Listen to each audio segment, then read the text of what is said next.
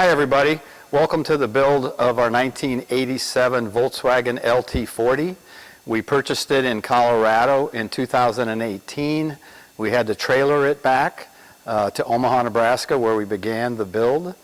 You'll be able to see what the original inside configuration of the vehicle was. Basically set up with bench seats to haul a fire crew up to the fires up in the Alps. In addition to the various bench seats in the vehicle, the back end was a storage compartment for all the picks and axes and shovels and the various tools they took to the fire, in addition to a winch mounted on the front. The original plan was to take a 2004 Chevy 1-ton van, which had a 6-liter and a 4-speed overdrive, and use it as a donor vehicle to transplant the engine, tranny, steering wheel, dashboard, all the electronics into the LT-40. The 6-liter is an electronic engine. It's what they call an LS motor. Lots of computers, lots of fuse boxes, a lot of wiring that had to be converted over. And obviously when we got done, we got rid of the body. The original engine and transmission in the LT was a 2.5 inline 6 with a 5-speed manual that obviously we had to convert over. Had to drop the front end out of the LT because the engine's got to be pulled up from the bottom. Rebuilt the entire front end, and we also added dual steering stabilizers that we modified from a Dodge Ram pickup. Engine has to be pulled in from the bottom, so you got to basically put it on a dolly and pull it up into the vehicle. Had to make a new engine motor mount to adapt. A lot of modifications to it. We also had to make a transmission mount to hold the back end of the automatic transmission.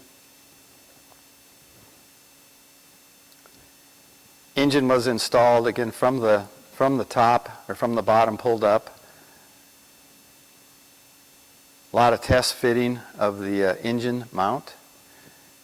Engine bay got to be expanded a lot to hold it. Here you can see the engine back in place with the front end back in place and the headers on the engine. We also added an aluminum gas tank. We added a 40-gallon aluminum gas tank to replace the 18-gallon tank that was originally on the vehicle. In the final build, we ended up incorporating virtually everything out of the Chevy 1-ton van. Lots of modifications to the dash and instrument cluster, steering wheel, tilt, cruise, wiper controls, light controls. Virtually everything electronic that was in the 1-ton van got transferred over to the LT-40. Several modifications were made to the dash cluster, including updating all the lights. Some of those were old and not too bright. Lots of modifications to get it to fit within the confines of the original LT-40. We had to move the brake booster to the right because it was in the way of the steering column. We modified the brake pedal to incorporate the Chevy brake pedal. Had to make a fairly large hole for the engine and a new doghouse. We spent a lot of time insulating the LT-40 because we knew at the end we were going to air condition and heat it. So lots of insulation. We powder coated the original raw aluminum door panels that were on the sliding doors and the cargo doors and color matched them to the vehicle. We also cut out the wheel wells, which were originally set up for dual wheels, and modified it so that we had more floor space when we got to the camper build. Lots of insulation, polystyrene and wood on the floor to basically insulate it. New engine doghouse had to be built and also insulated to keep out the heat and the noise. The doghouse was so big it basically takes up the entire space between the 2 bucket seats in front. We cut the roof out in 2 sections just so we could handle it. We took the back out first and then cut the front section out. Tried to retain as much of the rigidity of the side frame as we could.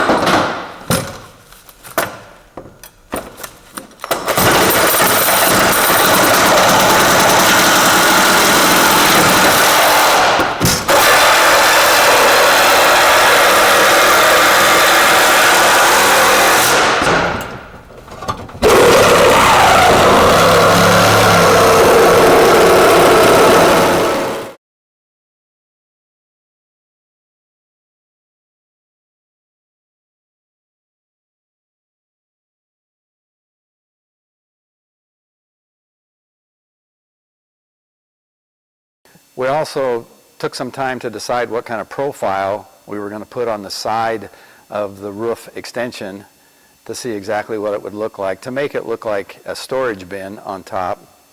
We took diamond plate, 1/8" diamond plate, modified the sides and bent them into the shape that we had picked.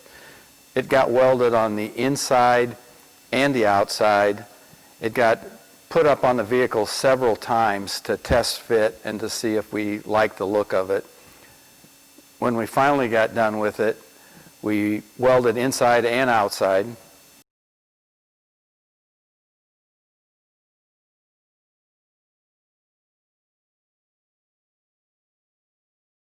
We filled the center section with 3/4 inch plywood and then put white aluminum on top, obviously to weatherproof it. The top was glued on the inside and sealed on the outside. In addition, we put insulation, polystyrene, and wood, and we also sprayed the top of the wood in preparation of putting the headliner. Good morning, everybody. It's November 5th. We're going to reach a high of probably 76 here in Omaha, Nebraska, which is unbelievable. We're out camping. My name's Greg Sloma. Terry Wolf is behind the camera, as he always is, and we're going to talk about the final product of the LT-40 that we've been working on for a couple of years. It took us a year to do the mechanical conversion and just about another year to finish out the camper on the inside. We purchased it at the end of 18, and it's the end of 2020 right now. So here's what the final one looks like. We did some graphics. We replaced the winch on front. Was a factory one. It was very tall. It kind of blocked the radiator. And as you know, if you saw the build, we took a 2004 Chevy 1-ton van and the 6-liter V8 LS motor, fully electronic, and the 4L80E, which is an electronic shifted 4-speed automatic, is in here. So we needed all the air we could to cool it. So we put in a different winch, one that didn't stick up in the radiator so tall. And the new ones, as you know, are all remote. You can just walk around anywhere and make them go in and out.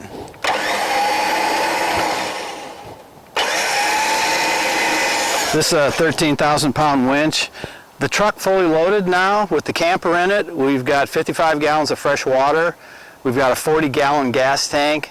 And with me sitting in it, we weigh just at 8,500 pounds. Each axle is identical for some reason, 4,260, something close to that. They're both exactly the same. So that's what we did up front. We've got a couple of radiators you probably can't see very easily. LS motors have oil coolers. And so there's an oil-cool radiator on the bottom and also the transmission cooler. So these are the original 16-inch split rims, obviously with newer tires. I tried to get rid of the split rims, but in order to get a single-piece wheel big enough to get over the disc brakes, we had to go to a 19.5, and it was just too big and too heavy, very difficult to control. We just got shimmy, just couldn't keep it under control. And everything in it is brand new. We put all new ball joints and everything.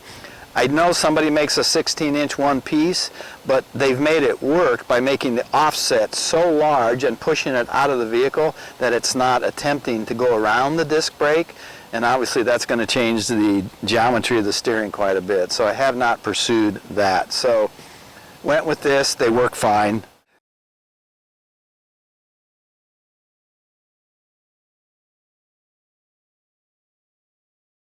So this vehicle originally came from Kohl-Schwarz, Austria, a city in Austria. And the cities over there have crests, and this is the crest for Kohl-Schwarz. It actually used to be down here, and it was pretty small. So we took a picture of it, blew it up, made it a little bit bigger, a little nicer. The other thing we did is one of the guys in our Volkswagen club made this decal for me. And obviously it stands for Volkswagen Overland Rescue. And you'll see in back we've got some other big decals up there. We're going to walk through the entire inside in a minute, but I thought I would show you a couple things right now. We've got a table outside here. It's aluminum. The legs fold up on this table, and this table actually slides under this bench seat right here. On the inside, you can't even tell it's a table when it's torn down and installed over there. You can see we've got a bigger logo back here, Volkswagen Overland Rescue. We've got inside an instant hot water heater. That's the exhaust for it. And we also have an outside shower, which is actually pretty cool. And this is it. Works pretty neat. It's a quick connect, just kind of like an air hose. So the water is actually turned on, but nothing happens until you hit the hose. This is all hot water. We can turn on the hot water heater and make nothing but hot water, or we can mix this and make a combination of hot and cold. But pretty cool idea, easy for cleaning dishes, using the table, or if you want to shower outside. Inside the unit, we have a complete RV electrical panel like you'd see in any RV, where all the fuses for the 12 volt and the 110, as well as a battery charger converter, if you will. We don't have an inverter, but we have a converter, so we can be charging all the time. And in addition, we got a 110 outlet. A lot of times we set the coffee maker out here and make the coffee on 110. So this is a 30 amp RV connection, again going into the RV electrical box on the inside. One of the things that's always important to me is to make sure the vehicle is as insulated as it can get. All the doors, the sidewalls, the ceiling, everything. So Terry helped me insulate this thing from top to bottom. And when we drilled a hole here to put the hot water heater, you can see this is what we cut out of it. Here's the outside paint and here's the inside carpet. And as you can see, there is no space for air. This thing is insulated. Combination of foam insulation, hard insulation, and plywood. So the whole thing is that way. Every door, every side panel, everything's got that insulation in it. One of the things that we learned when we have done all of our Volkswagen camping is that it's always a pain to jump in and out of the vehicle all the time to get what you need for cooking or whatever. So I decided to put basically a camping cabinet back here, and you can see everything is in here. We've got food. This is where we store the shower, outside shower. We've got a bigger cabinet down here. We can put a Dutch oven. But basically everything we need you can reach from the ground. And you can see we also got a 30-pound propane tank that's running the furnace and the hot water heater. This vehicle was originally used as a fire crew truck in Kohlschwarz, Austria, and it was for fighting fires in the Alps. It held 8 guys. There was 2 bench seats in here and 2 bucket seats in front, and the whole back of the unit was full of aluminum shelves that were full of picks and axes and shovels, and they would be the hot shots. They'd run to the fire before everybody else and try and put it out with dirt or dig a fire line, whatever they had to do. But it was a tin top. It was no taller than the original van, if you will. So one of the biggest modifications we have done to it is this aluminum box on top. From the outside it looks like a storage box, but when we get inside you'll realize it is not. It's just to give us headroom so we can stand up in it. So typically when we go camping with the Volkswagen Club, we always need somebody's vehicle that can haul people, because we might run to town or go look at something, some tourist site. So I was trying to make a vehicle that was a combination of a Vanagon Weekender, which has got multiple seats, and a camper. So that's in essence what we've done here. We can hold 7 people. We have 4 bucket seats and a bench seat. The bench seat also doubles as the bed. This rolls up. Here's the bed. It's as big as my sleeping bag. It's basically 34 inches wide.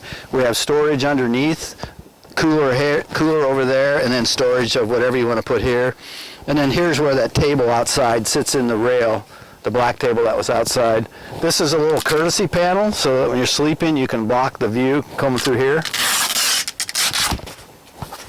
So that's what that's used for. Or you can put it down and you've got a nice seat.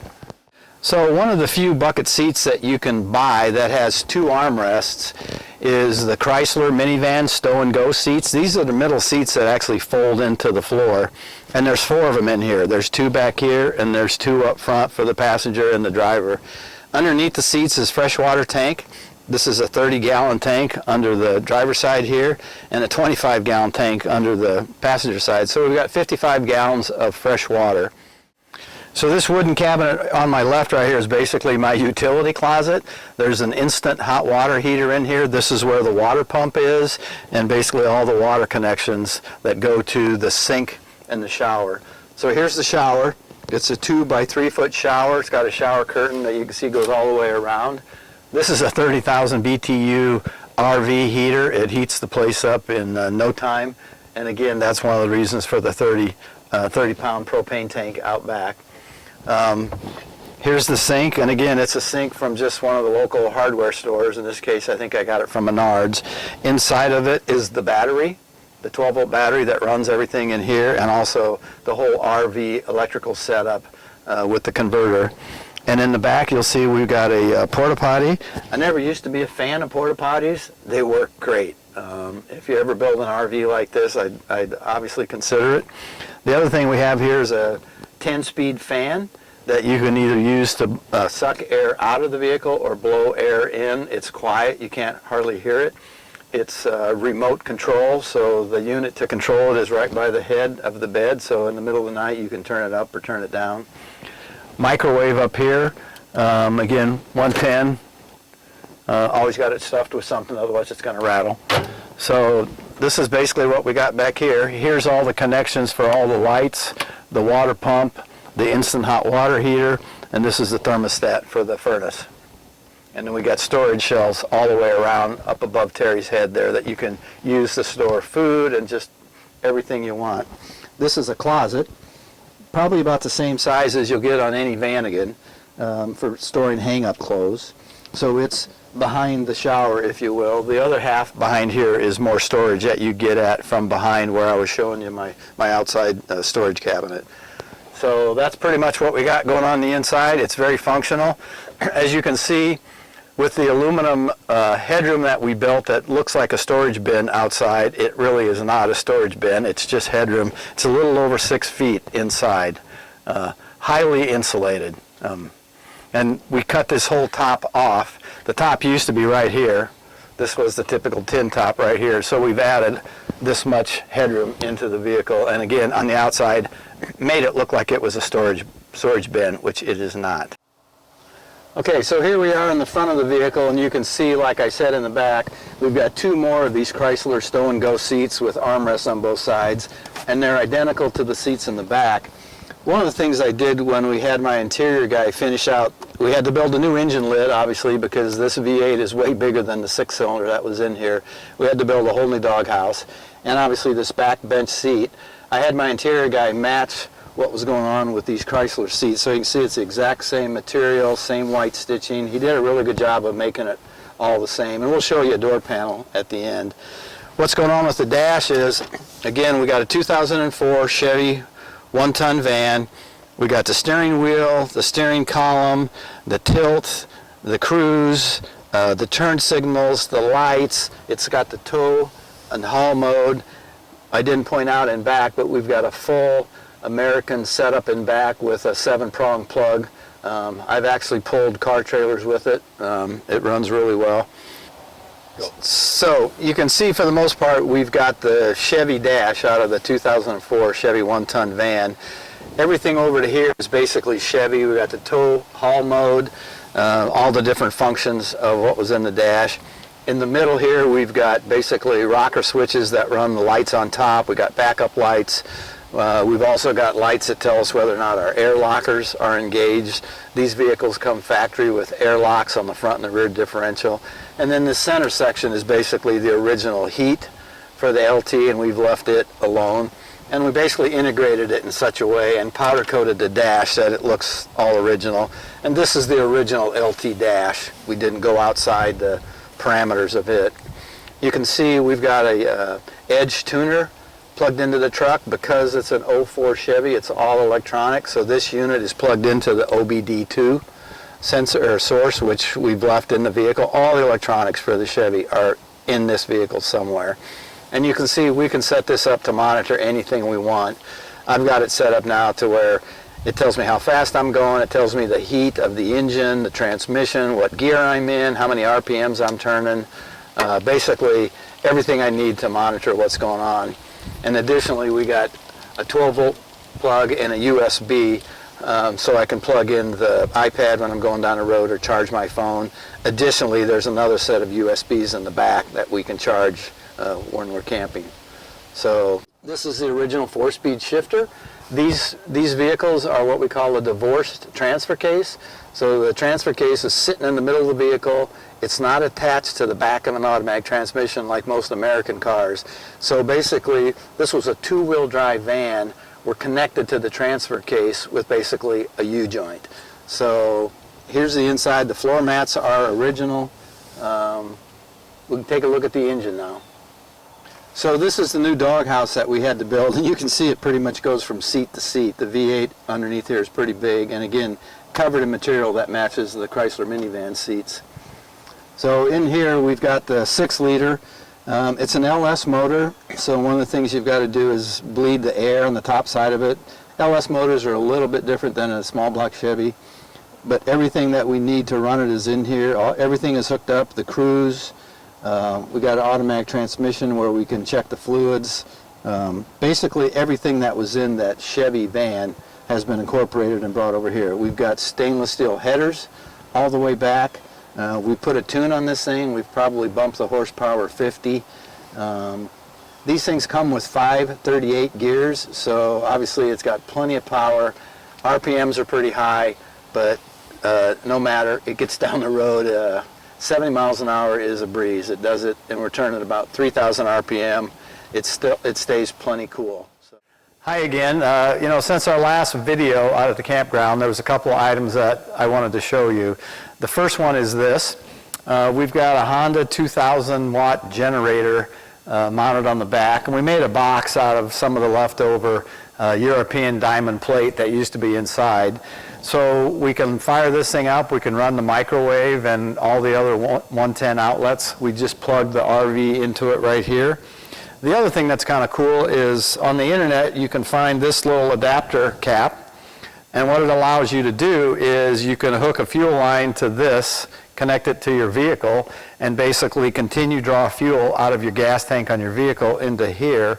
This thing only has about a 1.5 gallon tank, so by allowing you to tap into your vehicle's gas tank, you can keep it running a lot longer and have 110 power with you at all times. So the second thing that we wanted to show you that we've added since our campground video is we've added a full RV, recreational vehicle, air conditioner system. It's a 110 system. It's a 9,000 BTU Coleman, and you can see that we've wrapped it in the same diamond plate that we made the initial top out of, so that you can't quite see that it's an air conditioner. And inside we also have the same RV setup where we have the controls and the vents. Again, it's a 9,000 BTU unit, so it should be able to do a good job of cooling this van. Okay everybody, thanks for watching. You just watched a 20-minute video summarizing a 2-year build. It was a lot of fun. I hope you enjoyed it. If you have any questions, you can see my email down below. Feel free to contact me. Thanks again.